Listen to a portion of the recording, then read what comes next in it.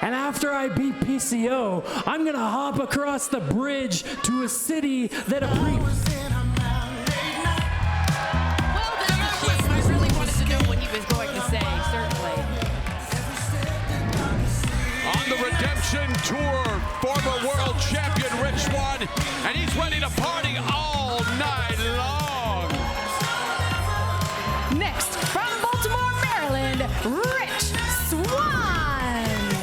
From Charm City, he's ready to turn Windsor into Harm City, but not before busting out a few moves. I was so fortunate to call his match again.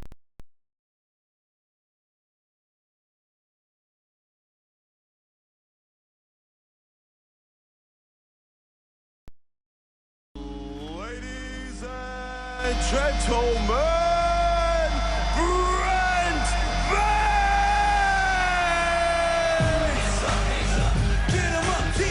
Get him up, what? From Toronto, Ontario, Brent Banks is money. I see what he did there, baby. Banks is money. I love a good pun. Oh, I think life is wonderful.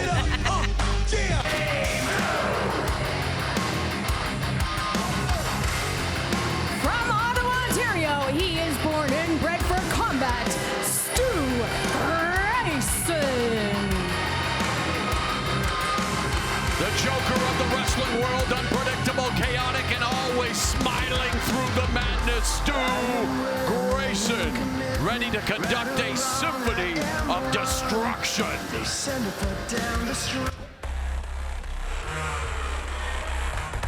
Representing the Bullet Club War Dogs, Taiji Ishimori.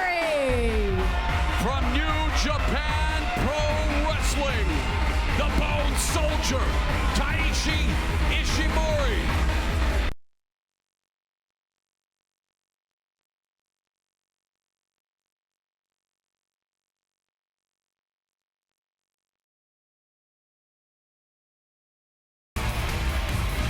Three-time IWGP Junior Heavyweight Champion.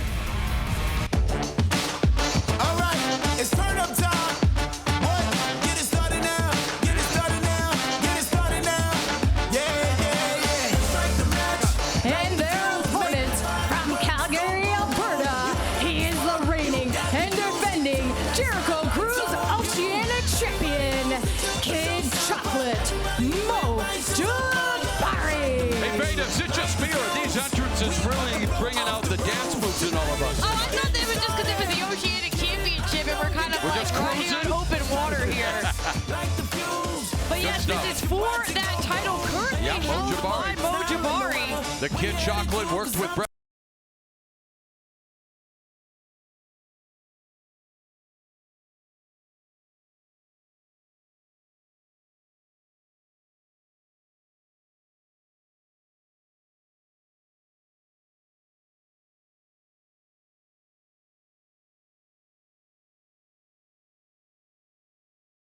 We can be serious for a moment. It's match time. It's good stuff. Good stuff. Working with Beta Scott, and by the way, as this thing explodes, again, give our deepest support to Don Callis and his family. Hope to see you very soon, brother Don. But just know that Beta Scott doing a great job in your stead, taking this on short notice. And wow, young lady, this has been a lot of fun, and I know the action is just going to continue to heat up in this six-man scramble with Jabari. Kid Chocolate already going to work on Michael A.R. Clark, and yes, I'm going to shorten it off for the play-by-play. Inverted atomic drop, the Manhattan drop. Maybe let's go. Oh, belly to back suplex by Parker. Clark got dropped. And now here comes Rich Swann. So quick. Oh, wow. Whoa! Swann is as good as he's ever been, and maybe he's better. But speaking of better, one of the most underrated professional wrestlers in the game for my money, Grayson. And he's showing it here already back in October with the return of Maple Leaf Pro Wrestling. Rich Swann dropped down. Oh, roll through. Oh, wow, caught. Shoulders are down, and Grayson gets a 1 count on Swann, ducks underneath that lariat, telegraphed the back body drop, and wow. Beautiful. Head scissors takeover by Stu Grayson and Rich Swann sweeps the legs. Sweep the leg! Oh my goodness! Senton Atomico to the outside! That is trademark Stu Grayson, but he just got caught. Wait a second, Brent Banks! By Brent Banks, the opportunistic Banks looking for the pin on Taiji Ishimori, the Bone Soldier. Now keep in mind, this is one fall to a finish. Handspring. Oh, beautiful handspring into the enziguri. We can have a new champion at any time. Mo Jabari doesn't need to be involved. That's correct. Brent Banks and Ishimori are the ones taking center stage in that ring right now. Banks go behind. Ishimori, leapfrog by Banks, backflip, escape by Banks, drop kick to Ishimori, sends him to the outside. Brent Banks trying to soak up his flowers. Instead, it's Michael A.R. Clark says, no, I'll have enough of that. What did he say he was doing before? He's oozing? He's oozing is Michael Allen Clark or something like that? Oozing? He's looking for a push-up? Oh, right. He uses, he's in the Hall of Fame, don't you know? That is not a thing. Well, according to his trunks, it's a thing. Uh-oh. I could go somewhere with that, but I know we're on pay-per-view and I won't. Oh, and now he has just incited the ire of one Stu Grayson. And Grayson unloading these heavy right hands, but a well-placed knee to the breadbasket by Clark stops Grayson momentarily, and Grayson clotheslines him over the top rope. If he would have joined him, Mick Foley would have appreciated the cactus clothesline, but instead Grayson now working on Jabari and Rich Swann, beautiful sunset flip, and wow, basement drop kick by Mo Jabari, the Oceanic champion. And man, the action's making me seasick, can't keep up. Well, Brent Banks looking to become a champion and got stopped by Grayson. Oh, Ishimori! Des press from the top, and big bicycle kick. The pump kick by Ishimori looking for the tombstone. Instead into a lung blower. Grayson rolls to the outside. Rich Swann slides in. Rich Swann spent lots of time in Japan with Dragon Gate. He has that fast-paced style. And what a redemption tour he's on, has overcome so much, both personally and professionally, and earning his way back and getting an opportunity here at Maple Leaf Pro Wrestling to win a championship in his MLP wrestling debut. Meanwhile, Kid Chocolate looking to take the airwaves. What an interception there. Boy, you talk about being cut off at the pass. Clark just wiping out Jabari. I mean, Mo Jabari, he has the most to lose and the worst odds in this matchup. It's his championship on the line, and right now Clark is looking to take it all away. Of course, Michael Allen, Richard Clark, he said it. He has that street fight coming up with PCO yes, tomorrow. Night 2 of Mayhem here at St. Clair College in Windsor, Ontario. Right now, Clark taking it to Jabari, the defending champion, has him hoisted over the shoulder. Oklahoma Stampede and a power slam tribute to Davey Boy Smith, the British Bulldog. And now the push-ups. I shocked my nephews when at 55 I did 30 without having a heart attack. Well, let's see if it is 1, There's 2. Nice form, I have to say. 4. I don't know if Rich Swann appreciates his form right now. I mean, that's a Hall of Fame level push-up, I guess, if such a thing exists. Well, the cover right now, lateral press doesn't hook the leg, and so needs to push up his ring IQ and hook that leg. And now Jabari just trying to fight his way out of this. Again, Mo Jabari, it's his championship on the line. Yes, it is. And that's why he's unloading the heavy artillery right now. Series of right hands, European uppercut, jack in the jaw of Clark. Now the Irish whip, a reversal. It's Jabari set for the ride, holds on. Clark runs right into the boot. Clark got rocked, he swings again, gets caught. Swinging neck, whoa, right into the face breaker from the swinging neck breaker position, just rolling cutter there. Really innovative offense on the part of Mo Jabari. Kid Chocolate has a double leg takedown. Step through, as he, Bret Hart, are we gonna see a sharpshooter in Canada? Pink and black into the sharpshooter. Referee, don't call for the bell yet. We don't need the Windsor screw job. Oh, and Clark is in trouble. Oh! Well, Taiji Ishimori says, I'm not gonna get screwed out of the title. I'm coming in to break up this. Taiji Ishimori. Man, talk about his credentials. So Taiji Ishimori, how great is it for fans here in Windsor to see a man of his caliber here tonight? Absolutely. He has racked up titles all over the world now. Looking to rack up another one.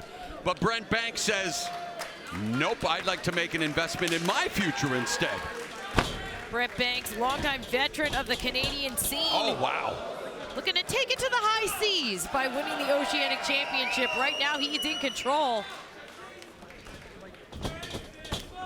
Reversal on the Irish whip. Banks comes off the rope. So does Ishimori. Whoa, no! Oh, beautiful Michinoku driver. Oh, wow! Beautiful mule kick from Rich Swann. That'll slap the taste of your mouth in a hurry. Disgusting. Brent Banks is in trouble. And yeah, he is. There's a beautiful hook kick, spinning back kick by Rich Swann. Rich Swann driving the elbow down. Face first goes. Banks, here's the cover, and here comes the strong man, Stu Grayson, picking Rich Swann up and throwing Rich Swann down. One more. Oh! Overhead belly to belly throw. Stu Grayson is just tossing bodies left and right. And all the competitors find themselves in quite the stew. Ishimori, your turn. Big bear hug. Bruno Sammartino drew a lot of great crowds in Toronto with the bear hug. But I don't know if Bruno Sammartino ever executed a suplex like Stu Grayson just did. Stu Grayson just tossing grown men like they're babies. Don't toss babies, but you know what I mean. Beautiful cyclone kick there by Rich Swann. Rich Swann now has the chance. Rich Swann had a chance to visit with him. He has a song in his heart. Played the guitar for me earlier this morning. Such a talented individual across so many fields, but so is Taiji Ishimori. Ishimori unloads the right hands on Swann, and now Mo Jabari, Kid Chocolate, looking to go all the way to the top where he's already perched at the summit. The Jericho's Cruise Oceanic champion. Ishimori and it's putting on the line of the six-man scramble. Yeah, take a look at this. We got Mo Jabari on one corner, Can Rich you Swann keep on up? the other. We're going to see double superplexes. Are we seeing superplexes in stereo? Are we seeing? Oh, no way. Are we No seeing way. an electric chair suplex double? Oh, I think we're going to see electric chair superplexes. Not in stereo, but in combination. Unbelievable. I mean, the ring, I hope it holds together. They're each going to be needing a six-pack of the strongest stuff after this encounter. What a match. And I know that's a recording here tonight. Whoa! What? I hope Grayson got peanuts with that flight. Matchbook cover here by Clark on Jabari, and now Clark going for the STF, looking to become the champion on the eve before he faces PCO in a street fight tomorrow night. Yeah, what an advantage that would be to head into that match with PCO as a champion. We'd never hear the end of it, Morrow. No, we wouldn't. But now it's up to Jabari to push up. Oh! Everyone breaks it up again. This is one fall, one submission to a finish. And this is awesome. That should be the mission statement, the catchphrase for Maple Leaf Pro Wrestling. I think so. I mean, we're seeing mayhem right now, but it is Throughout the certainly night. awesome. Get Clark and in Swann control. handspring right into the stunner. And now Rich Swann going all the way back up to the top. Lightning fast. Oh, and you see it on display there. The 450 splash, the breathtaking aerial assault. Ishimori driving the shoulder into the turnbuckle, and now has the hammerlock, and it's Ishimori's turn to put on the flashy displays of offense. Oh, decimating the shoulder, but he got caught on the chin with the knee. Stu Grayson back in control. Could we see it? Oh! Oh, wow. And now here comes Mo Jabari. Wait, Grayson lands on his feet. Wow, what a kip up, and oh, belly kick. It caught Jabari. Grayson on the verge of becoming a champion.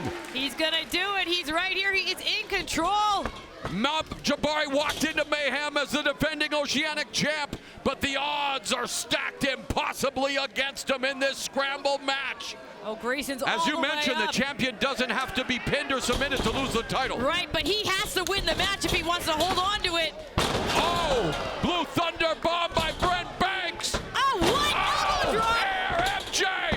Air MJ! All right, it's turn up time. What? Get it started now. That diving elbow smash. Here's your winner, and still Jericho Cruise Oceanic Champion, Jabari. Air MJ cleared for takeoff, and if it were up to Kid Chocolate, he would indeed be the GOAT when it comes to Oceanic champion. I mean, we called it Mayhem. We said it would be chaotic. I thought Brent Banks was going to pull it off. Oh! Well, Wait Clark a is trying to second. pull it off now, trying to pull the title off, trying to steal Jabari's soul. Clark. Yeah, match is over here. Jabari retained, and Michael Allen Richard Clark. He is not happy with that result. He is not happy. The longest name in pro. What? Whoa, whoa. Uh-oh. Hey, did Oh, no. Oh, okay. What did we talk about last night or for tomorrow night? What, a street fight? I didn't know he was going to be in the house I did not. tonight. And you know what? I'm starting to wonder if maybe we're still too close. This is one scary individual. This is perfect creation one. This is PC. Oh my God. Oh, there he is. The French-Canadian Frankenstein. A terrifying individual. Straight out of a horror movie, this monster is making his way to the ring. And look at Clark. Clark is taking it to Clark PCO. is taking it to PCO, getting a jump start on their street fight that is coming your way tomorrow night. Night 2 of Maple Leaf Pro Wrestling's Mayhem. But we're getting a head start here as PCO has come to the ring, and he and Clark are, well, engaging in a Donnybrook. But PCO, he didn't go down. Oh, and he turns Clark inside out. Straight out of a lab. The French-Canadian Frankenstein. The ageless monster PCO throwing Clark over the top rope like he's throwing out the trash. Listen to this crowd. Oh, what? What is this? PCO. Oh, you didn't know? PCO. And what? Is a... No, Clark got out of the way.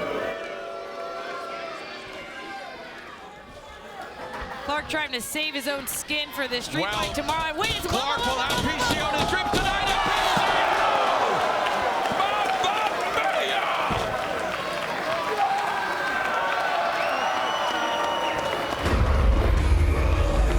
PCO willing to go anywhere to pick up the win. We didn't even know he was going to be here tonight. We know that street fight goes down tomorrow, and it is PCO who is standing tall. Perfect creation one. Will he be the one to emerge victorious in the street fight tomorrow night?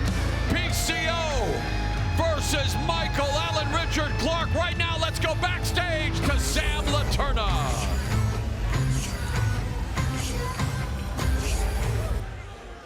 Wow, did things certainly devolve between PCO and Michael Allen Richard Clark. The match is set for tomorrow, night 2, MLP Mayhem. We're going to see a street fight. It's certainly going to be one for... Sam. We get it. We get it. PCO, he's going to hurt somebody. He might hurt himself. He's dead. He's alive. We get it. That is not news. And as an investigative journalist that you are, you need the real scoop. Walk with me.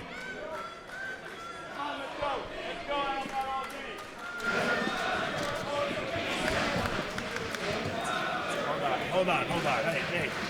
Sam, did you see that impressive performance, just like Blake Christian's from Sheldon Jean? That was a star-making performance if I've ever seen one. You have to do your job. Ask him, what's next for Sheldon Jean? Sheldon, you definitely had an impressive showing tonight. So what does your future hold? Yeah, his future, I'll tell you, hold on, Sheldon, I'll tell you what his future holds. It's sky's the limit. I'll tell you what, I'm gonna make you an offer you can't refuse. Put yourselves with the likes of Blake Christian and QT Marshall, and the sky is the limit. What do you say? I know who you are, and I definitely know who you are. So tell me, QT, what is in it for you? For me?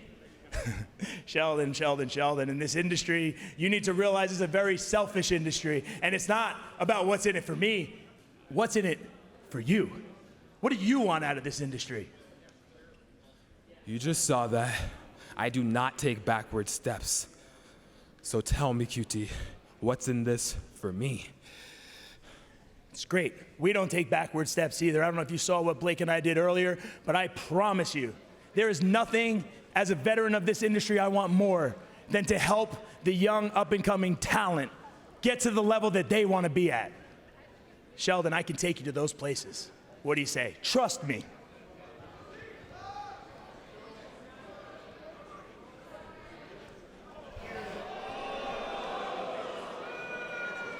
Thank you, Sam.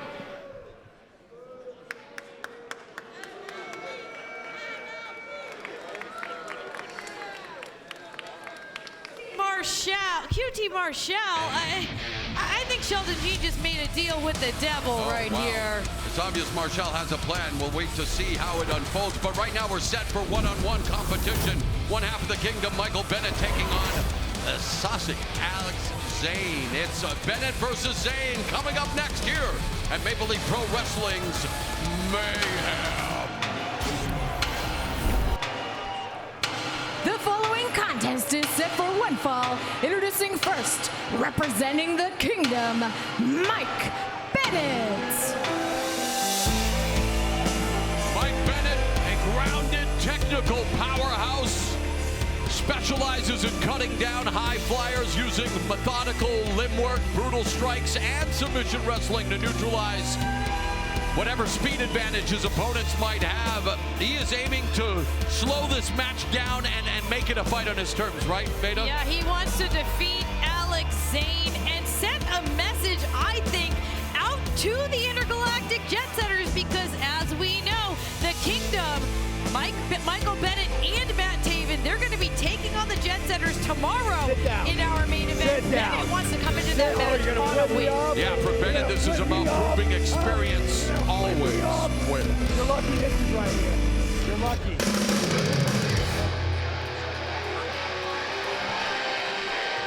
His opponent, from your nearest Taco Bell drive-thru, the sauce, Alex Zayne.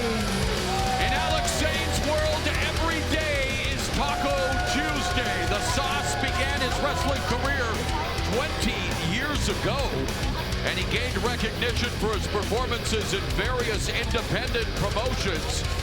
He debuted in New Japan Pro Wrestling in November 2019. This month marks the anniversary of the founding of New Japan Pro Wrestling back in 1972 with Carl Gotch beating Antonio Inoki.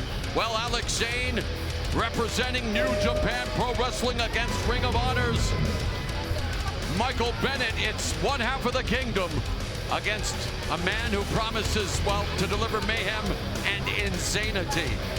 Alex Zayne really represents a hybrid type of style. He has the high flying, but he's also hard hitting. And you said 20 years, Morrow? I mean, when Alex Zayne started wrestling, Taco Bell did still have a $1 menu. Meanwhile, Michael Bennett, he's still jaw-jacking with the crowd. He's got to manage to stay focused, as Alex Zayne, if you give him an opening, he is going to take it.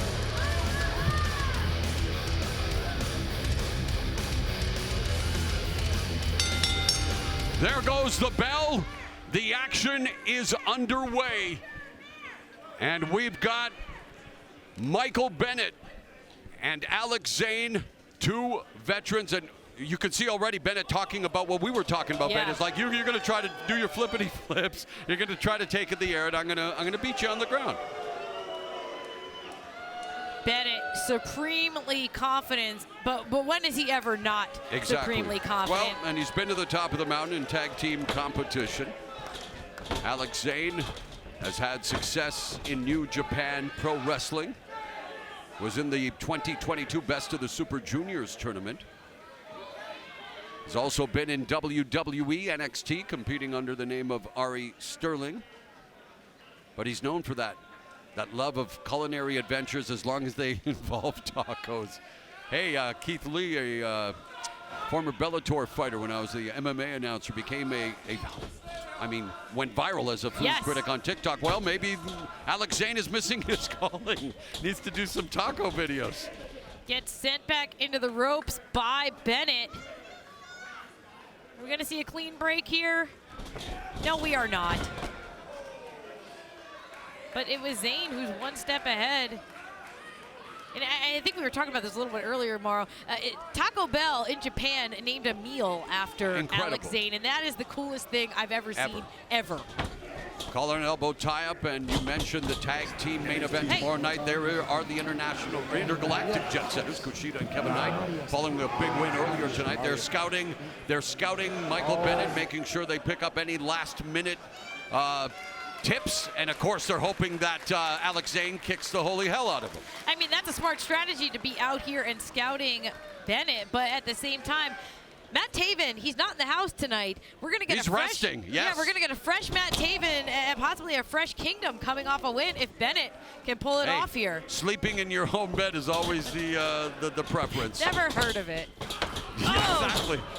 Wow, Michael Bennett showcasing his power, and yeah, the physique is still there, of course, a veteran of so many battles, and he's been all over the professional wrestling world as part of a pro wrestling power couple with his wife Maria, happy to be a family man, but wanting to continue to earn his keep, and wants a big win here tonight to carry momentum into the main event tomorrow night, night 2 of Mayhem, as the Kingdom will take on the Intergalactic Jet Setters, but Zayne, meanwhile, is content to just break down Bennett. Well, Bennett's getting frustrated.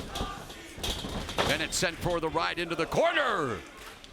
That frustration can really work against you. Zayne is taking advantage.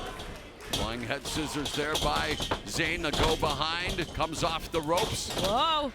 Springboard into the double knee across the back of Bennett while standing corkscrew shooting star press. Zayne staying one step ahead of Bennett. And he is showcasing his aerial assault, and Bennett nursing that right arm injury. Ugh. He's having issues and doing the veteran thing, getting out of the ring to give himself some time, especially veteran referee Harry Dees. I think he lost his clock tonight. Wait, Bennett staggering away. Now, want to congratulate Aurora on all the Academy Award victories, but are we seeing a late addition for nominees here, Veda? Yeah, this is Michael Bennett. He's a tough individual. This seems a little, perhaps, over the top. Well, I know I know that he had injured his shoulder, and the leg could very well be injured. I know the veteran Bennett. And there, Tope con Hilo! Zayne had seen enough of the theatrics. I'm going to call it the Tope con Taco from now on. And man, Bennett's going to have to explain this to Matt Taven if they're going to come into tomorrow's main event off a loss. Take a look at this. Zayne able to take down Bennett and now keeps the action on the outside. Oh, reverberating throat, St. Clair College in Windsor. The knife edge chop, which gets the Pavlovian response of Bennett trying to keep some distance. Oh, no. By the way, Nature Boy Ric Flair, record 9-time NWA World Heavyweight Champion, as we come closer to the main event for the NWA World Heavyweight title. But right now, that was Zayne's hand getting very close to Bennett's chest. Bennett might want to take a page out of Ric Flair's book and maybe beg off a little bit here. Nope, head first into the steps, and Zayne is just dismantling Bennett here on the outside. Yes, he is. Are you surprised at all? Well, Bennett is now trying to muscle through this. And Bennett sends him back first into the hardest part of the ring, the apron. And they're on the smart move, the veteran. That's called ring IQ, kids. Bennett breaking the count, the cadence of the count, and now getting more seconds to do damage on the outside where it seems like he prefers to be tonight, Beaa. Yeah, he broke the count, but he kept the action on the outside. You're right about that. Oh, wait a second. From the apron, the springboard. Kind of a slingshot effect, more so from Alex Zayne, and the crowd admiring his work. Alex Zayne using his environment as a weapon. And just like that, he's turned it back around. Incredible that these are two veterans of 23 years for Bennett, 20 years for Zayne, and look at the pace and the hard-hitting offense that they are continuing to deliver throughout this match. Whoa, wait. Oh, the veteran Bennett looking to referee Harry D. Harry D finds himself in a hairy situation. Oh, no. Oh, dragon screw, leg whip, and the whiplash effect of the rope Beaa. Across the hamstring, I mean, the muscles have to be spasming in the leg of Alex Zayne, and that is going to completely neutralize all of that innovative high-flying offense. And now it's the veteran. Well, again, when I just said they're both over 20 years, there's a dragon screw leg whip, and Zayne in pain on the outside. See, this is what Michael Bennett has that maybe Alex Zayne is lacking. He has this viciousness. Insane. He has this edge. Yes, he does. Well. Oh, boy. The chants are ringing throughout St. Clair College. Meanwhile, for Alex, it's insane in the pain. Insane in the membrane. Oh, knife edge chop. Lighting up Zayne like his hair color. And they're back in this corner on the outside. And his chest is going to turn the color of his hair soon. Take a look at that. There's the blood vessels are bursting. Handprints rising up. Again, Bennett continues to have words with the fans. Were there any fingerprints left behind by the perpetrator? Yes, officer, they're on my chest. It's an assault. It's flesh on flesh. It's adrenaline. It's an assault. Oh, and Bennett went back inside the ring to break the count again. Although I do believe our veteran official may have lost count at the beginning of the show and hasn't recovered since. A reversal here now. Into the ropes. It was almost like an Irish whip, and the momentum of the slingshot added impact to that for Bennett. Wow. Back in control. And yeah, whoa, he keeps this match on the outside. Yeah, I don't get it. I don't know how. The breaking of the count is one thing, but man, he is really destroying. And now he brings him in where maybe he'll put the finishing touches on the match. Zayne continues to hold on to that injured leg. Well, we all saw the Intergalactic Jet Setters defeat QT Marshall Blake Christian to open up night one of this pay-per-view, brought to you by Maple Leaf Pro Wrestling on Triller TV, as that was Bennett wrapping the leg of Zayne around the ring post. I mean, I was concerned Zayne is not going to be able to fire off any of that high-flying offense. That could be a wrap, period. Yeah, this could be more than that. Alex Zayne, he can't even stand. There will be no Baja Blast. There will be no Taco Driver. Alex Zayne is in trouble. And the chops continue to just diminish his inner reserves. And Zayne is trying to get some distance here. He's trying to stay away from Bennett. Bennett, though, is right on him. Man, those chops sharper than a katana, and Michael Bennett hearing it from the crowd, letting them know that they're number one. Okay. One time Frank Shamrock in a fight in Pancrase had to suck on the neck of an opponent, suck his sweat for the perspiration to give him the fuel to continue. True story.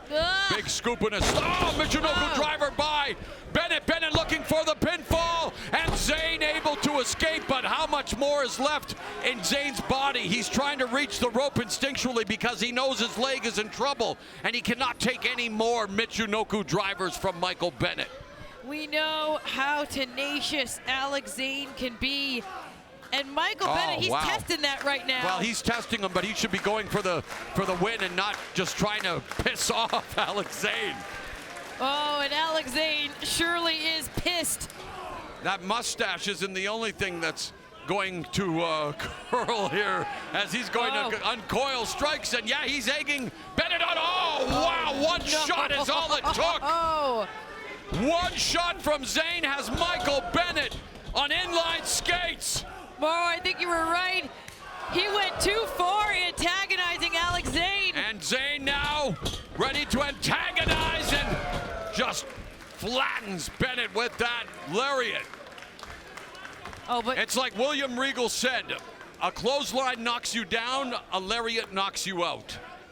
And I think that Mike Bennett might have been out for a second there. He's still struggling to compose himself. Alex Zayne, he went right back to holding onto that knee, but it's giving him some time to recover here at least.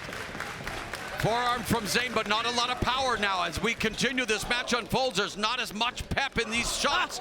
And why would there be after everything he's been through? But he's trying to get that second win. And there's the somersault guillotine leg drop, beautifully executed. And maybe that's it. Is that the final arrow in the quiver of Alex Zayne? Yeah, Zayne was not able to capitalize because Bennett got some distance. Take a look at this.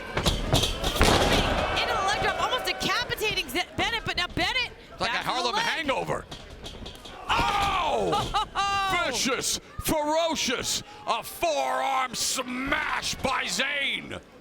Zayne is fighting through this. Michael Bennett's beard being tested in more ways than one. Oh, Zayne, he's barely able to make it to the top, but he's able to right himself. He's willing to do whatever it takes to go home victorious and send Michael Bennett to a defeat. And you know the intergalactic jet setters are watching and smiling ear to ear, knowing what kind of grueling match this has been. And what is Alex Zayne doing? What was that, Beaa? Oh, he's able to power through. Frankensteiner out of the corner, able to do it. Will it be enough? No, Bennett kicks out. Unbelievable.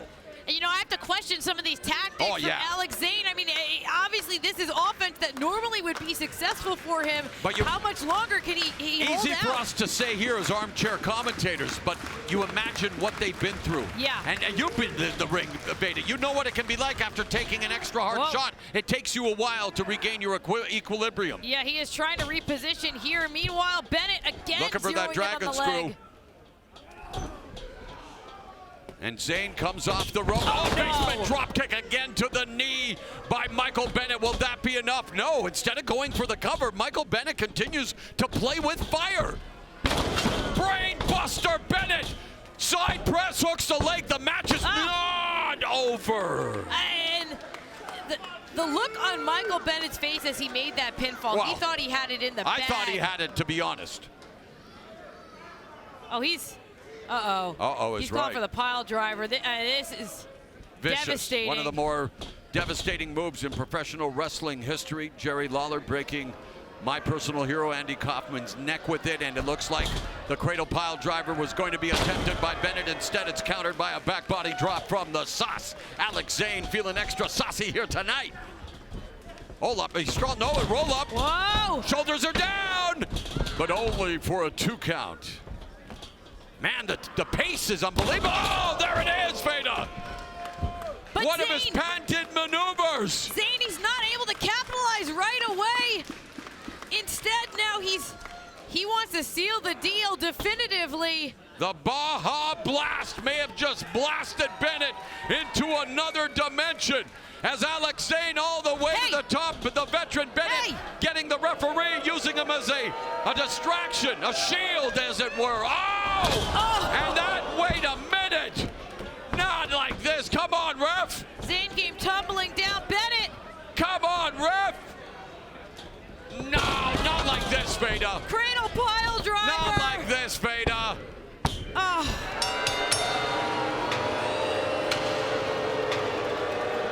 By hook or by crook, Michael Bennett is victorious. With that evil smile on his face. Well, I guess Jesse the Body Ventura was true. It was right. Michael Bennett has done this. And you know Matt Taven's smiling always too. cheat. Michael Here's Bennett. your winner, Mike Bennett. So Michael Bennett will reunite with his tag team partner Matt Taven tomorrow night. The Kingdom takes on the intergalactic jet setters in the main event. Zayne was for something high risk. He came crashing down.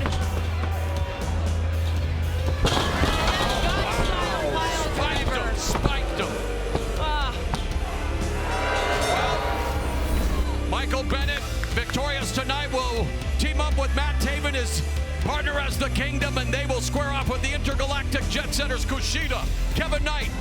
Main event of night 2 of Maple Leaf Pro Wrestling's Mayhem. Let's go back to Sam Laterna. Now by the NWA World's Heavyweight Champion, Thom Latimer.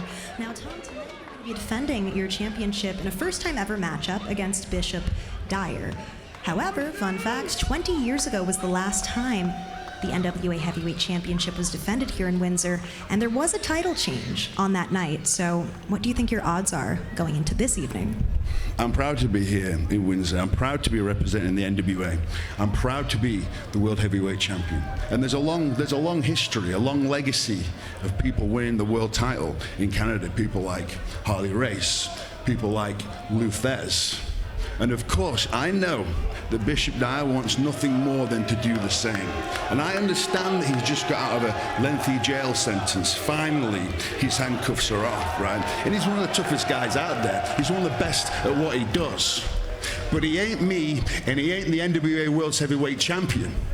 The last thing that I'm gonna do is walk back to the NWA and look at my boss square in the eyes and say, Billy, I got my ass kicked. I got my ass kicked, and I ain't the NWA World Heavyweight Champion anymore. No. But what I am going to do is I'm going to walk right up to Billy, look him square in the eyes, and say, Billy, I fought one of the toughest guys out there, the biggest badass there is on the street, and we went to war. We went to hell. He did kick my ass, but I gave it back as much as he gave it to me. And I'll be battered. I'll be bruised. I'll be beat. I'll be bleeding. But Billy, I am still your NWA World Heavyweight Champion. NWA World's Heavyweight Championship against Nomad Bishop Dyer coming up in the main event. I want to thank Beta Scott for doing a tremendous job on short notice. She's now made way for the one and only D'Lo Brown. And D'Lo, you know what it's like to be a champion. We've got the women's tournament continuing with a quarterfinal matchup between Laynie Luck and Gisele Shaw. And of course, the 10 pounds of gold on the line in the main event, my man. Without a doubt, the most important thing in this business is to become a champion. And when you're carrying the 10 pounds of gold, it's a weight around your waist, but most importantly, it's a weight on your shoulders, and you've got to do everything you can to defend that championship. And Thom Latimer will indeed try to do just that when he battles the artist formerly known as Baron Corbin in WWE, the Nomad Bishop Dyer. But right now we are set with the final quarterfinal matchup in the tournament to crown the first ever Maple Leaf Pro Wrestling Women's Canadian Champion. It is going to be Laynie Luck laying it all on the line against Gisele Shaw here at Maple Leaf Pro Wrestling's Mayhem.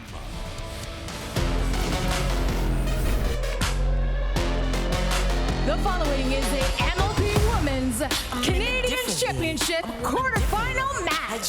Introducing first, from Chicago, Illinois, the Lucha Unicorn, Laynie Luck.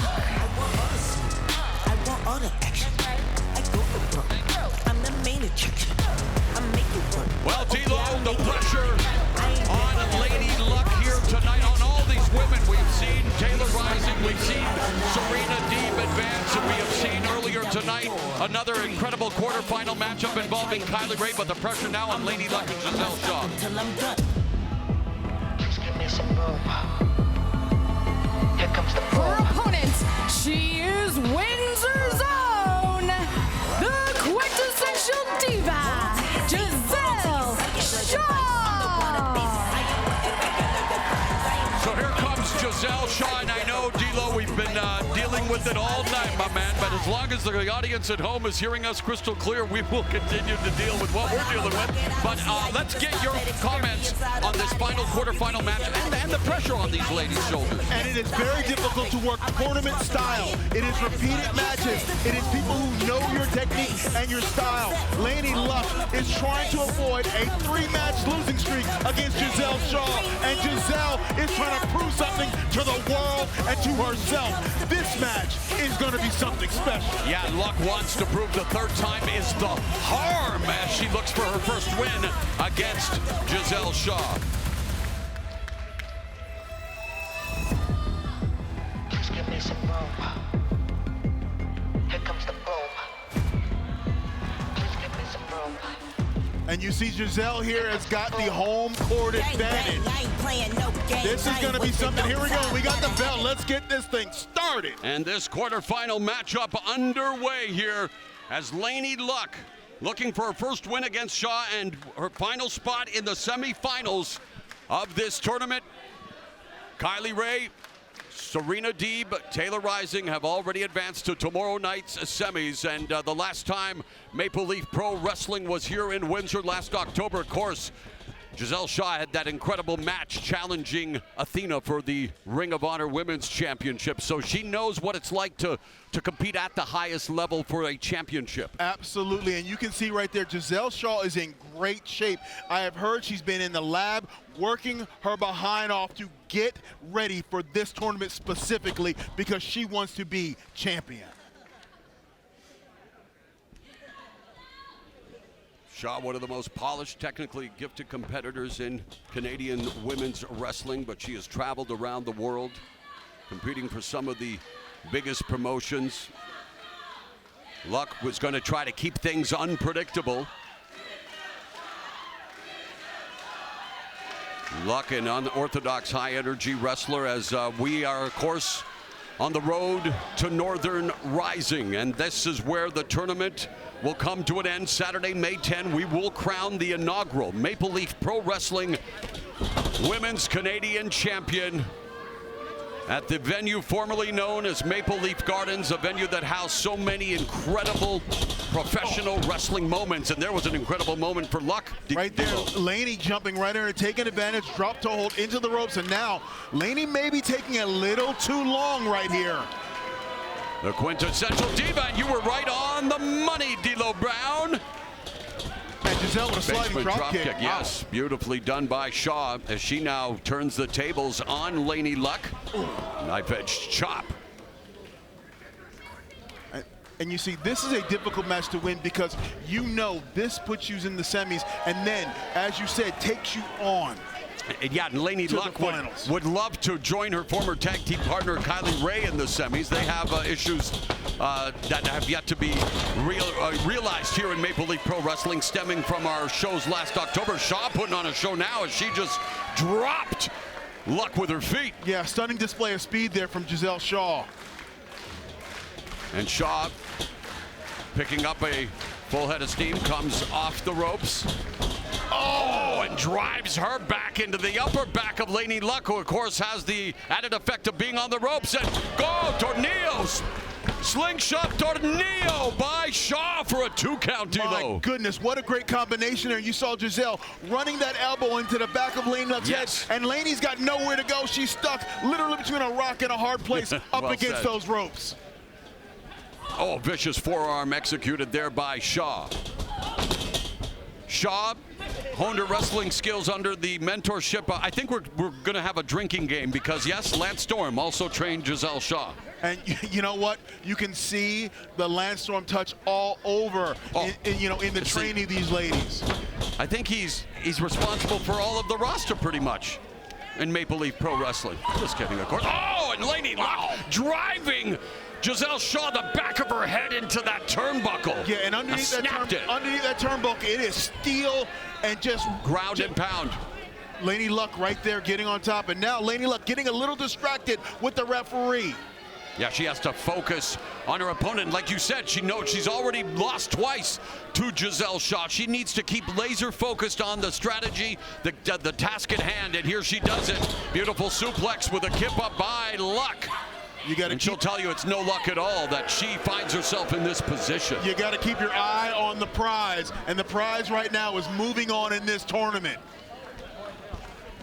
D'Lo Brown, former WWE Intercontinental Champion, now adding his expert analysis to our co-feature here, the final quarterfinal match of the women's tournament and the main event coming up for the NWA World's Heavyweight Championship match. And I want to thank Maple Leaf Pro Wrestling for affording me the honor, and Billy Corgan, the Smashing Pumpkins frontman and NWA owner, always wanted to call an NWA World Championship match, and we're doing so tonight here at Maple Leaf Pro Wrestling. Meanwhile, the roll-up here by Shaw, and wow, Luck able to escape. Great exchange there. Now cross chop to the face. Laynie Luck being uber aggressive here, showing how much this match means to her.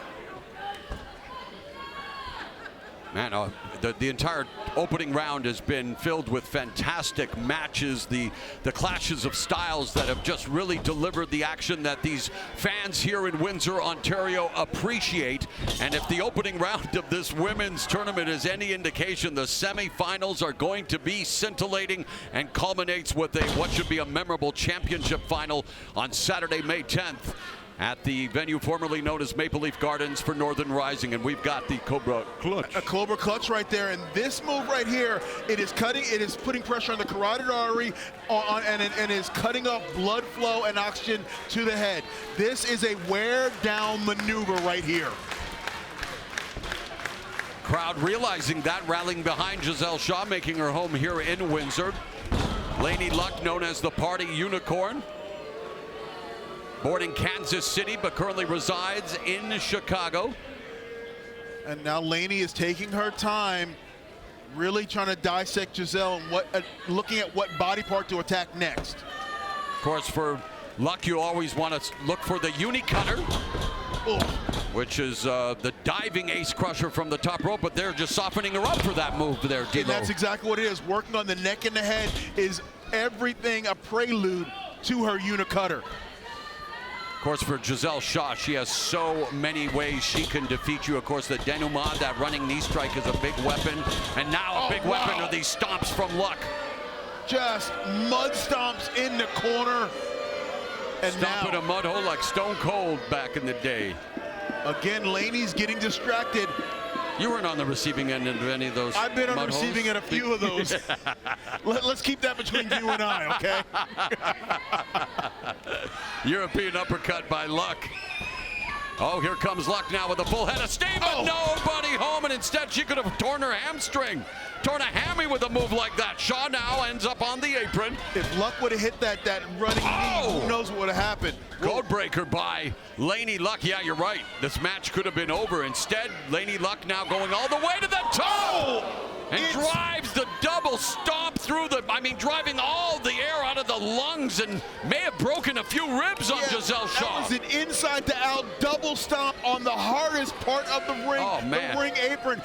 All that pressure was absorbed in Gisele's midsection, and you can see Gisele is writhing in pain. Yeah, Shaw is in trouble here. And why is Laynie Luck giving her an opportunity? Well, finally, I guess the count out is a win. A count out is a win, and she'll advance to the semifinals. So let's see if the... And we see the referee getting a count. Has been an issue. 6 so far. She's up to 7. Oh, but wait, Luck, turn around. Your luck may have just changed. And now continuing on that midsection with those repeated stomps. Where's a can of beer when you need one?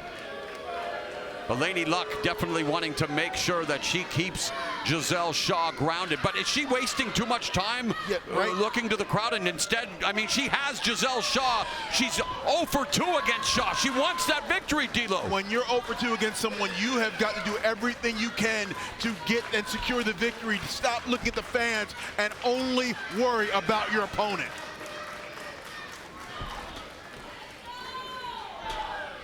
Back elbows from Shaw. She gets back up to a vertical base. Ripcord knee by Luck. And Luck just got speared! Wow! Luck just got speared!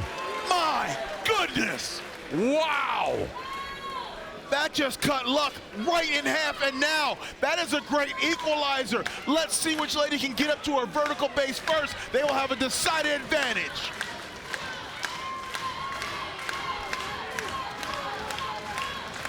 Crowd rallying behind Gisele Shaw, some rallying behind Laynie Luck, both of them in the battle of their lives. One spot remains in the semifinals of the Maple Leaf Pro Wrestling Tournament to crown the inaugural Women's Canadian Champion. And Gisele getting a rush of adrenaline right now, throwing these strikes repeatedly. But Luck is still standing. But for how long? Doubled over now after that kick. Another kick, a pump kick from Shaw. And a spine buster that Arn Anderson would be proud of. Matchbook cover. Only a 2 count. My goodness. So close. And you know Shaw felt it. And D'Lo tells me you have to make the initial instant adaptation. You cannot sit with frustration. No. Because you have to keep going. You've got to turn pain, frustration into offense. Because if you allow yourself to sit in that, the next thing your you'll mind hear is your biggest enemy and biggest weapon. And the next thing you'll hear is your opponent's music, and you'll watch them walk to the back, and you have lost the match. Well said, my friend. As Shaw just delivered a massive kick. This is it. Jackknife cover. Luck turns it into a pinning pole predicament of her own. Exchanging pin covers there. Strike, palm strike. Wow, spinning back fist there by Gisele Shaw. Shaw, Luck holding on for dear life. Oh, wow. Step up Enziguri on point. And now into the fireman's carry. Oh, Death Valley driver by Laynie Luck. This is it. DVD leads to the 1-2. Oh, my goodness. Oh, my goodness. How did Gisele Shaw, you talk about instincts. But look at Laynie Luck. She knows she's on the verge of finally getting that all-important victory over Gisele Shaw. And what a win it would be. It wouldn't just be a victory. No, it would be advancing to the semis. It's advancing. It's slaying a dragon. It is proving a point. Right now, Laynie Luck is in a different zone. So is Gisele Shaw. Wow. European uppercut in the corner. Another running European uppercut delivered by Shaw. Laynie Luck is staggering, stumbling. Oh, backslide. Uh-oh. Backslide. Oh, instead, she puts Gisele Shaw face first into the turnbuckle, and now Luck corner mount, second turnbuckle. Oh, Meteor! This is it! Meteor by Luck! One, Luck is two. going to be streaking like a meteor now! I mean, come on, D'Lo. How many? We've seen more near pinfalls than Randy Savage, Ricky Steamboat at WrestleMania 3 in this one already. It's combination offense. Look at this meteor off the second, and I thought for an instant this was going to be the victory, but no, Gisele Shaw with the power kick out. What do you think of this tournament thus far? I mean, look what the opening round is serving up, D'Lo. Absolutely amazing. Every lady in this tournament knows the importance of it, knows what it means, and is fighting for every ounce. Laynie Luck doing just that, but so is Gisele Shaw, who sends Luck crashing down onto the second turnbuckle. Another European uppercut, a kick, so the strikes are still there. Oh! A curb stop from the second rope cover. Stop leading to the... I mean, come on. Like, I'm being honest, it's not a rhetorical question. How the hell did Luck kick out? You know what? I have no earthly idea, but I saw her do it. And you can see that same question is pondering through the mind of Gisele Shaw right now. You just said it. Where did the curb stomp take place? From the sky second, high. Yeah, sky it wasn't a normal curb stomp. And yet Laynie Luck is still standing, or almost standing. Here it is. Watch this. Watch this. Step up. Back in the ring. Oh. Single leg crab. Speaking of Lance Storm. Have a shot, kids. And it is hooked in deep. 19 or 21, that is. Laynie is locked in deep and exactly where you want to be. Gisele Shaw is nowhere near that bottom rope. Laynie Luck knows it. Laynie pulling. Oh, STF. STF locked in. Gisele Shaw is in no she's really man's wrenching land. back with that chin lock. She's almost choking her out here.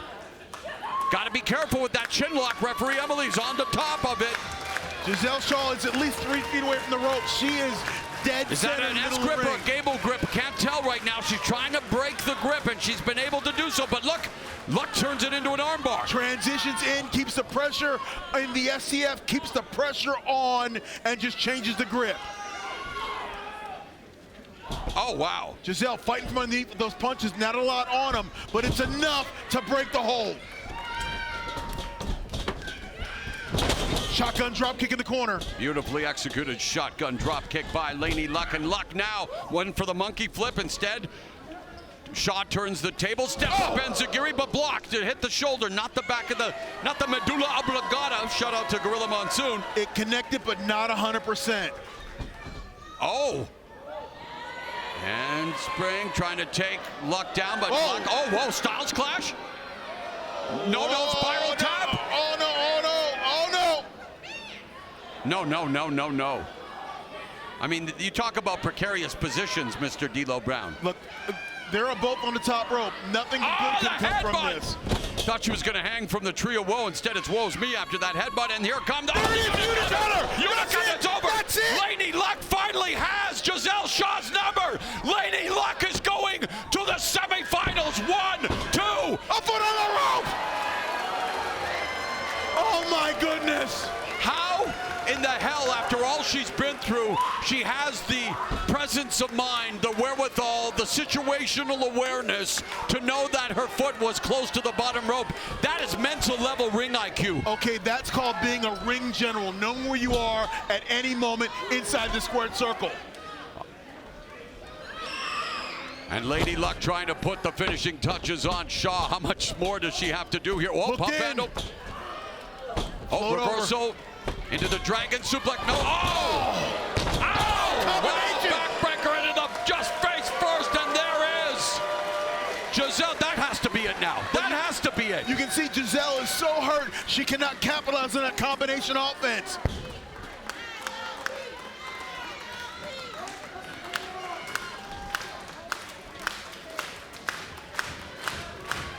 And now the MLP faithful are coming up here in strong support of Gisele Shaw. Oh, there's the knee! The Denimon! Denimon! What a Denimon it was! Here comes the boom. What a Here's your winner, and advancing to the semifinals, Gisele Shaw! And Gisele Shaw just put the Shaw in shock and awe, advancing to the semifinals of the tournament in what was one of the toughest matches of her career. And wow, You see right here this combination offense, and then Gisele creating distance so she can cut it down and get the 1, 2, 3. What a heck of a victory for Gisele Shaw. That was earned, not given. a March Madness. You guys have a tough act to follow with our March Mayhem in this tournament. The semifinals have now been set. We'll bring you the updated brackets here in just a moment. But what a start to this tournament to crown Maple Leaf Pro Wrestling's inaugural Women's Canadian Champion. And let's now, Gisele Shaw will advance to tomorrow night's Final Four. And tomorrow night, night 2 of MLP Wrestling's Mayhem, it will be Kylie Rae colliding with Taylor Rising in one semifinal, while Gisele Shaw squares off with Serena Deeb in the other Final Four matchup. The two winners will meet on Saturday, May 10th at the venue formerly known as Maple Leaf Gardens in Toronto for Northern Rising. But right now, before tonight's main event, let's go back to Sam Laterna. Deeb. Serena, we just saw Gisele Shaw defeat Laynie Luck in the Women's Canadian Championship tournament, which means that tomorrow at Mayhem Night 2, you go head-to-head with Shaw. How are you feeling ahead of that match and a great opportunity? I'm feeling amazing about that match. Gisele, that match was amazing. Congratulations on night 1, round 1. Tonight, Aurora, you had the privilege of stepping into Deeb's dojo for the very first time, and sweetie, you got stretched and you walked out on one leg. Gisele Shaw, tomorrow night, you have the privilege of stepping into Deeb's dojo for the first time. And I'll be honest with you, when I saw the brackets to this tournament, I was really hoping it was gonna be you and I, baby. Tomorrow's the semifinal, but I'll tell you what, I did not cross that Canadian border yesterday to leave here a loser. Tomorrow, Gisele, you're stepping into the dojo and you're not walking out of the dojo. I am going to beat your ass and go on to Toronto, Canada, May 10th to become the first MLP Canadian Women's Champion. See you tomorrow, Gisele.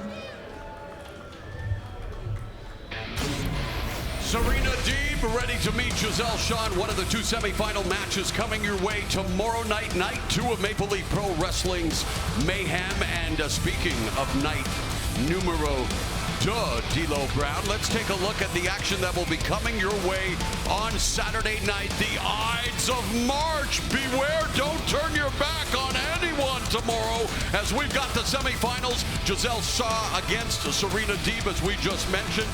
The other semifinal matchup will see Smiley, Kylie Rae meet Taylor Rising. The winners again will face off in Northern Rising Saturday, May 10th. And also tomorrow night, we've got more Mayhem in a 6-man tag team match. QT Marshall, yeah, he has a plan. He's taking both Blake Christian and Sheldon Jean under his wing.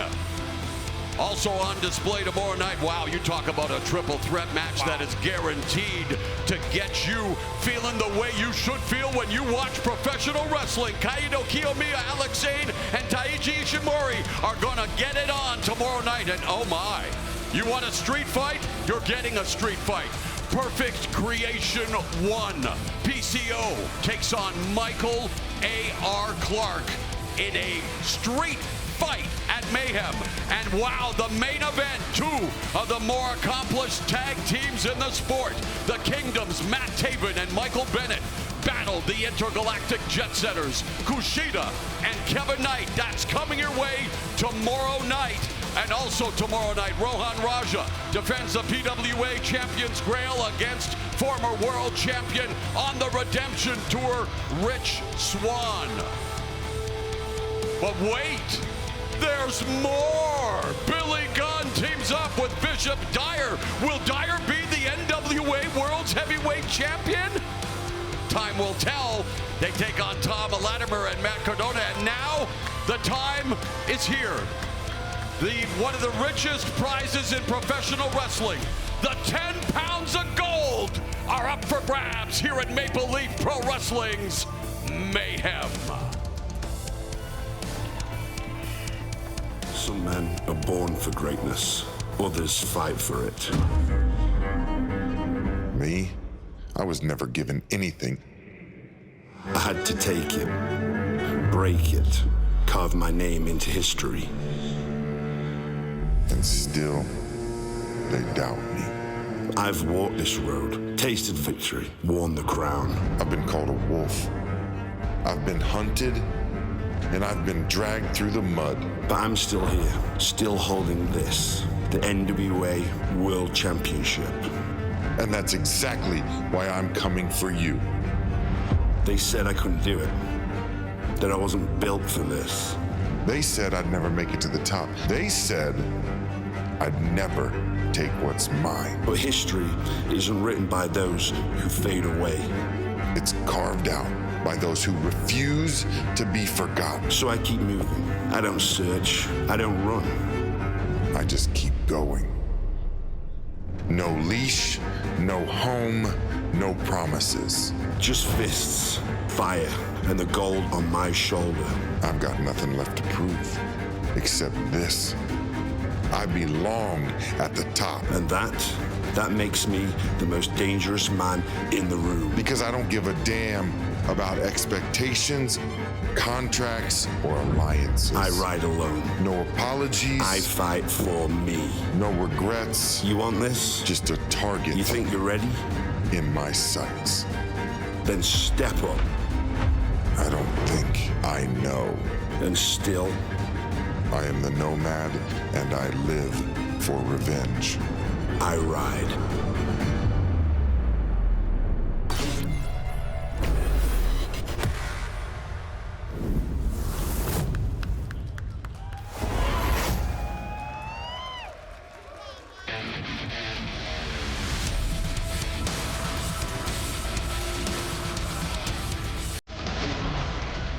Maple Leaf Pro Wrestling Mayhem. Night 1, it's the main event for the NWA World's Heavyweight Championship.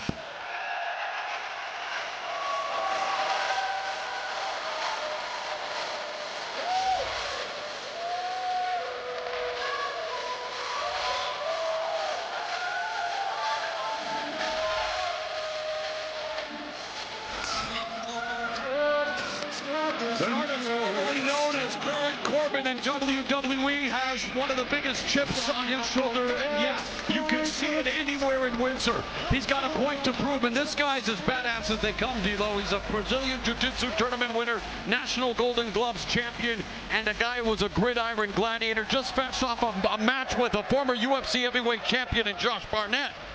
This is one of the toughest men in this industry right now. Latimer. Latimer.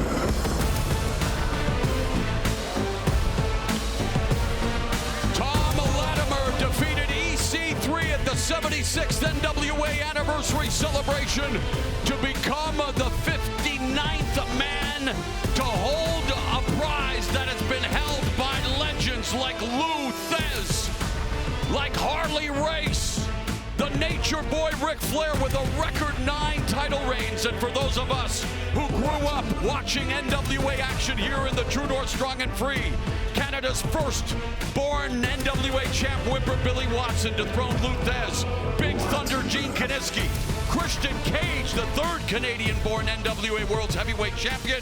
The last time the NWA title switched hands on Canadian soil 20 years ago here in Windsor when Jeff Jarrett dethroned Raven.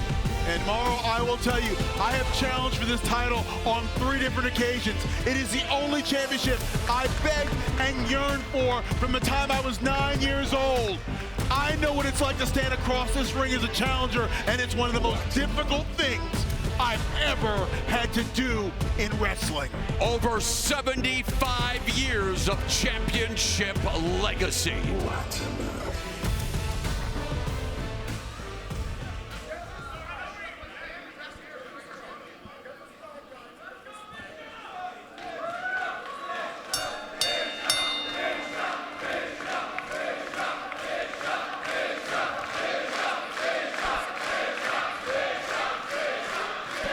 Ladies and gentlemen, this is your main event of the evening.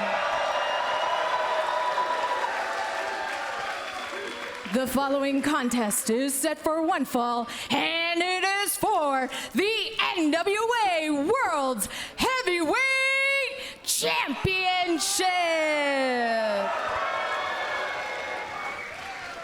When the bell rings, your referee in charge will be Jay Smith.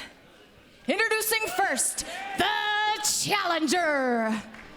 From Kansas City, Missouri, weighing in at 280 pounds, the Nomad, Bishop Dyer.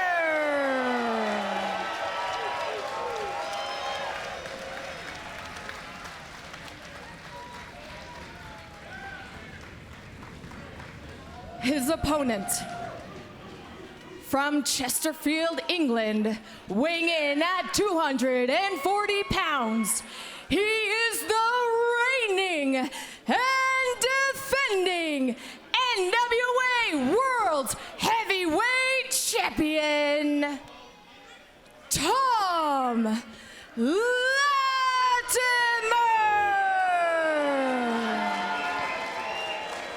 Well, this isn't just a title defense. It's a collision of titans, each with a unique journey leading to this monumental throwdown. With the rich history of the NWA World's Heavyweight Championship on the line, both Thom Latimer and Bishop Dyer are prepared to etch their names into the annals of professional wrestling lore. Windsor, Ontario, St. Clair Community College, we're right here, right now. Thom Latimer, the NWA World's Heavyweight Champion, against Nomad Bishop Dyer, who would love to prove so many people wrong and prove that this is by far the most dangerous version of a man who, well, it's been over a dozen years since he and Latimer shared the same space. Mauro, you can feel the tension in this building. You can cut it with a knife. The anticipation of the NWA World's Championship on the line. Everyone in this building knows the stakes. I've been blessed and very fortunate to call hundreds, if not thousands, of MMA, boxing, kickboxing, and professional wrestling matches, and have been ringside and cage side for some of the biggest championship fights in history. And in many ways, you see the beginning of this matchup, and it's that period of where you feel your opponent out. You don't want to make a mistake. You want to download data, as we say, and really just try to feel out your opponent. Especially, I talked to Bishop Dyer earlier tonight, and he told me, he goes, yeah, this is my second match. I wrestled Josh Barnett at Bloodsport, and now I get to vie for the NWA World's Heavyweight Championship, and I'm going to take my sweet time in making sure I do everything right, D'Lo. And you pointed out perfectly, this is the feeling out period. This is where you're feeling your opponent's strength. You're feeling how sweaty he is. Maybe if you can feel his heartbeat, you're taking a pulse on all this so you can kind of figure a strategy out. And you talk about an athlete, and I cannot oversell his credentials. Here's a guy, again, when you make it to the NFL at any level, when you can call yourself a National Football League player, yes, that means you are one of the greatest athletes on planet Earth. And then you go and become a National Golden Gloves boxing champion. Yes. And then, no matter the belt, he's now a purple belt in Brazilian Jiu-Jitsu. You win tournaments. I mean, that certifies your credentials as a legitimate badass, my man. That puts you in rarefied air. And right there, now we're kind of feeling each other out. But I don't want to discount what Tom Latimer's done as the NWA World's Heavyweight Champion, and again, the rich lineage, but he's feeling the power of Bishop Dyer. Lamar, I gotta tell you, I am honored to be out here calling this match with you. I'm honored to be calling the World Heavyweight Championship match. I'm great at what I deal with, but I'm no Rosie Perez. I just wanted to put that out there in the world for you, okay? The first lady of boxing, and I gotta say, a sweetheart, but as long as you don't try to counter me with, if anyone starts biting their hands in this match. Yeah, no, I'm biting my hand right now. I don't want to educate another, soon-to-be Hall of Famer. Yeah, no, we're okay. All right, Latimer right now putting the boots to Bishop Dyer, and in many ways you look at the different styles that have held the NWA World's Heavyweight Championship, the legendary battles between Ric Flair and Ricky Steamboat in 1989. We talked about the great rivalry between Whipper Billy Watson and Gene Kineski here in Canada. And now Tom Latimer and Bishop Dyer meeting for the first time for all the gold, but already showcasing what it's going to take. Right there, Dyer's got the choke slam. But go behind by Latimer. And a side slam by Bishop Dyer, the Nomad, looking to become the 60th NWA World's Heavyweight Champion. Okay, that's what we in the business call a feel-out cover. That wasn't meant to see if you can win. That's just see what Tom Latimer's got in the tank. That's all that was. He kicked out at 1, so now Dyer knows what's in there, what's going on, and what I need to do. Dyer known for his powerful and aggressive in-ring style, firing Latimer hard! Wow. So hard, in fact, that Latimer bounced off the turnbuckle, crashing to the mat. A whiplash-like effect on that coming out of that turnbuckle there. The standout offensive lineman for Northwest Missouri State, who signed with the Colts and later played for the Arizona Cardinals, Bishop Dyer, but Latimer now on the offensive. And Latimer out of England. And now he eats that corner clothesline, but he's still standing. And clothesline over the top. Right over the top. And Latimer is on the back foot right now, ladies and gentlemen. But Latimer was forged in fire and built for battle, and he may fight like a Brit, he hits like a brute, carries himself like a king because, well, in his world there are no peasants. He is the champion, and the champion just avoided disaster. The same cannot be said for Bishop Dyer. Bishop Dyer in Dire Straits. In Dire Straits, hit crash and burn right there. And now, can Latimer take advantage of this situation? When it's for the NWA World Championship, all it takes is one crack, one opportunity, and this match can turn on a dime.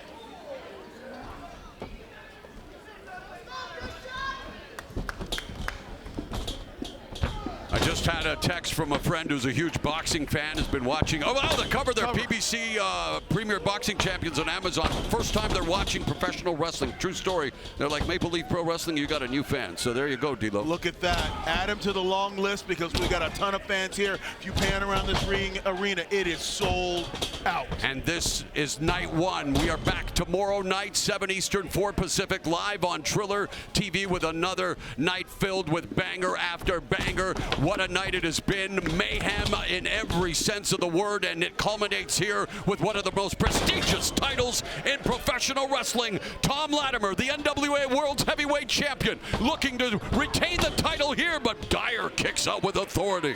And I was talking to Dyer earlier, and I asked him why he took the Nomad moniker. He said, my nomadic lifestyle is my way of going around the world and getting championships. If you have a title and you're willing to defend it, I will go to the ends of the earth to take it from you. And there just seems to be a different attitude. It really is not just all about business, no nonsense. He knows the opportunity that awaits him here. And he knows he's heard the rumblings. He knows what people have been saying, and now there's Nomad Bishop Dyer. Can you imagine if he were to wake up Sunday morning NWA World's Heavyweight Champion? For Thom Latimer, he would love to add Dyer's name to his resume and prove to the world. The sleeper hold by Latimer. Latimer wants to prove he's as good as any champion in the world, and right now he's putting Dyer's dreams of becoming a champion to sleep. And let's go full history. Can you put a dream to sleep? You can put a dream to sleep. This move right here has won the NWA World Championship in the past.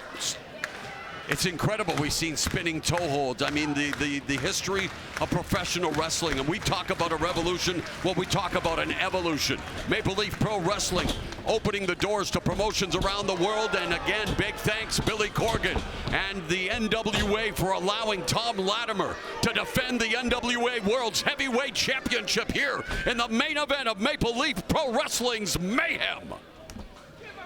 And now the sleeper is locked in.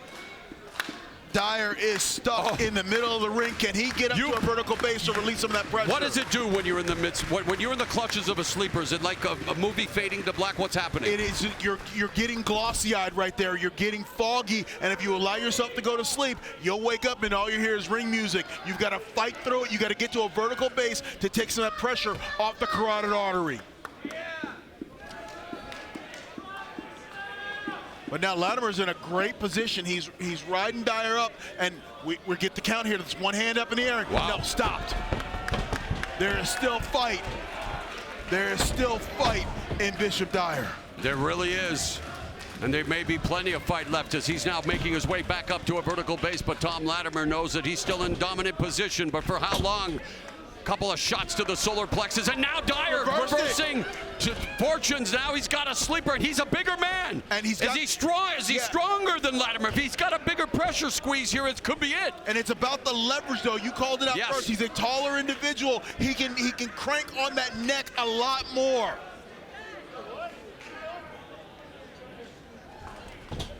Now, Latimer, though, during his reign has not just been a champion, he's been a walking declaration of dominance.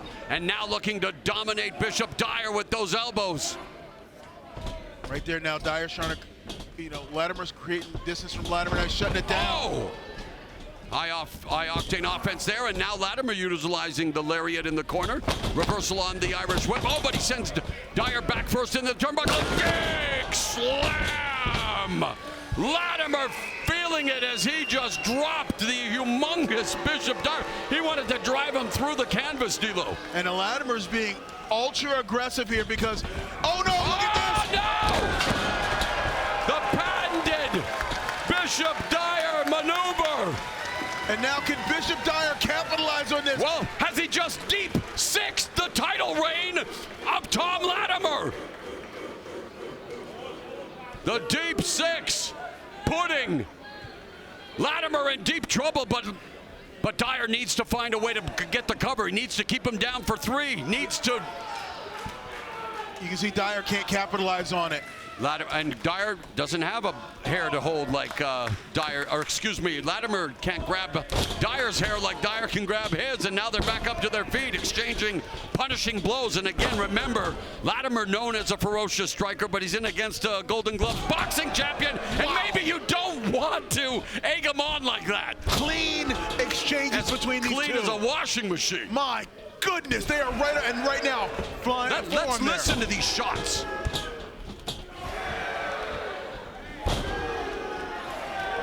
I mean, you hear the impact D'Lo throat as these two hosses are just unloading on each other. And Dyer's getting the advantage there. Oh, double karate thrust to the throat, but Dyer's still on his feet. And here comes Latimer now. Latimer, full out of steam. Oh, no, caught by. Oh, knocking right into the turnbuckle. Dyer with motion there. Incredible lariat, and another one. Explosive tackle by the former professional football player. Now fireman's carry. Oh, beautifully done there by Bishop Dyer. Is it the end of days for Thom Latimer as NWA World's Heavyweight Champion? It feels like it's getting close, and now Dyer's trying a combination offense. Vertical Brainbuster! Oh, the cocky cover's gonna cost him a dent.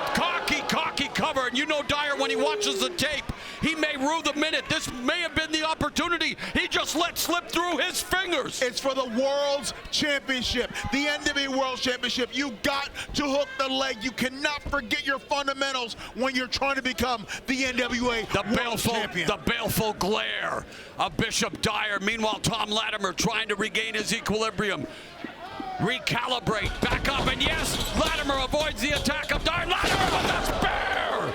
Latimer just went crashing into back press, hooks the leg, the champion retains now!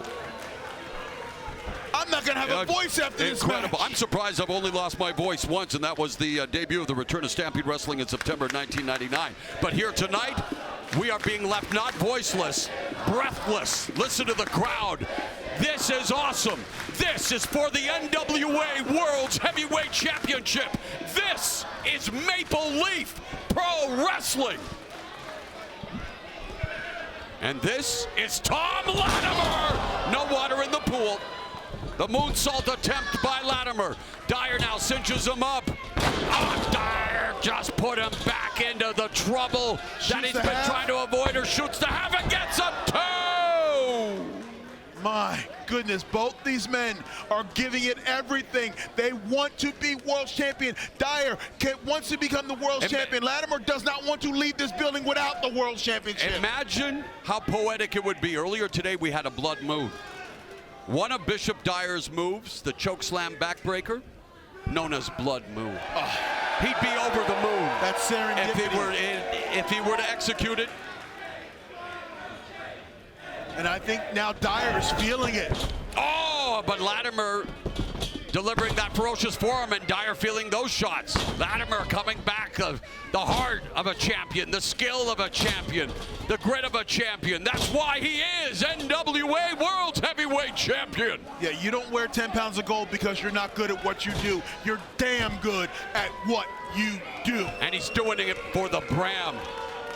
See what I see what you did little there. Callback. I got you there. Thank you, sir. Forearm by Dyer, another forearm. So, I mean, who is going to fall first? This is one of the hardest hitting world championship matches I've seen in pro wrestling. It reminds me of an MMA fight. And both these men, ask no quarter, give no quarter. This is for the NWA World Championship. Did you prefer Led Zeppelin or Pink Floyd? English. Keep that between you and I. Holy well, then Latimer will not keep that between he and Dyer, and Latimer dropping the DDT. He just planted Dyer. It's over. Latimer walks on a Windsor champion. Not yet. Not yet. Not yet. Bishop Dyer is at. Look at the look in his eyes. He knows he's barely stirring. The canvas drenched in their sweat. This is their office. This is their place of employment. This is where they feed their families. And this is why they are willing to do whatever it takes to be called champion. Because when you are called champion, You are the man, and to beat the man, you have to beat the man. And that's what Dyer is trying to do here tonight. Dyer, Spine buster, Dyer! Roll him up through! Oh, and here it is, baby. Blood Moon. Blood Moon. Blood Moon. Got it up. Blood Moon. New champ. New NWA World Champ. But Latimer, smart. He rolled to the floor. You can't lose a title like that. Very good ring IQ by the champion. And again, when you're a champion, you know you cover all the bases. And the crowd chanting MLP. Crowd enjoying every single scintillating second.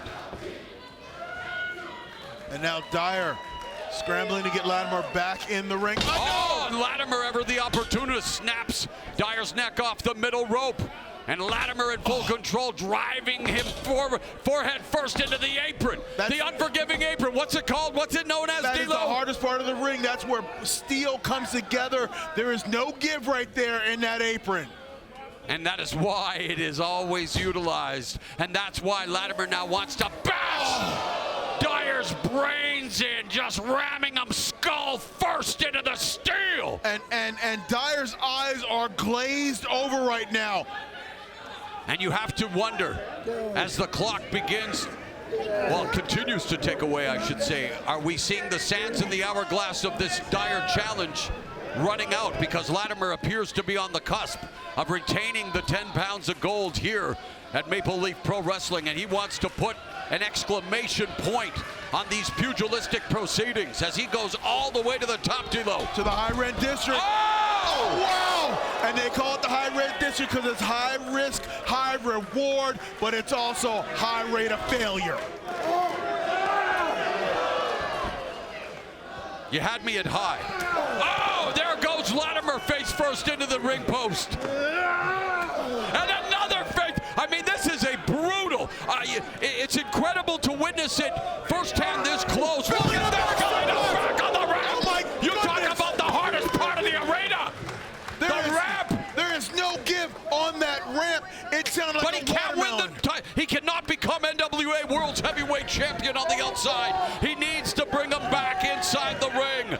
We are seeing the bravery of Dyer and Latimer, the brilliance of Dyer and Latimer, and the beauty and brutality of night one of Mayhem on full display, D-Lo. And look at Latimer trying to crawl to the ring, but then goes to the eyes. He's going to do whatever it takes to keep this championship. Matchbook cover here by the champion. Latimer using the ropes. He used the ropes.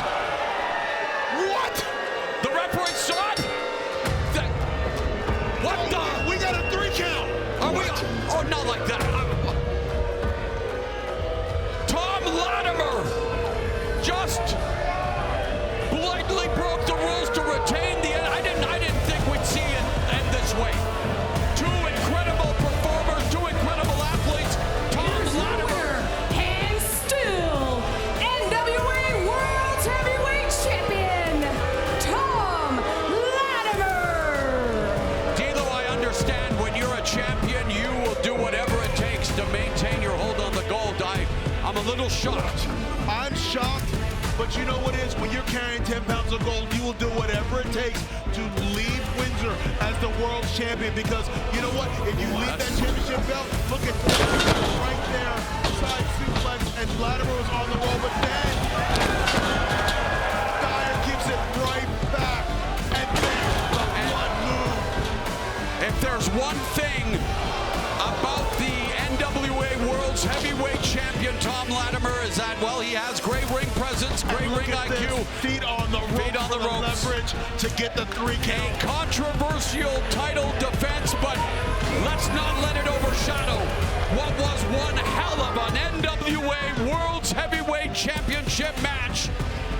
Thom Latimer defends, but tomorrow night we hope you'll join us for night 2 of Maple Leaf Pro Wrestling's Mayhem.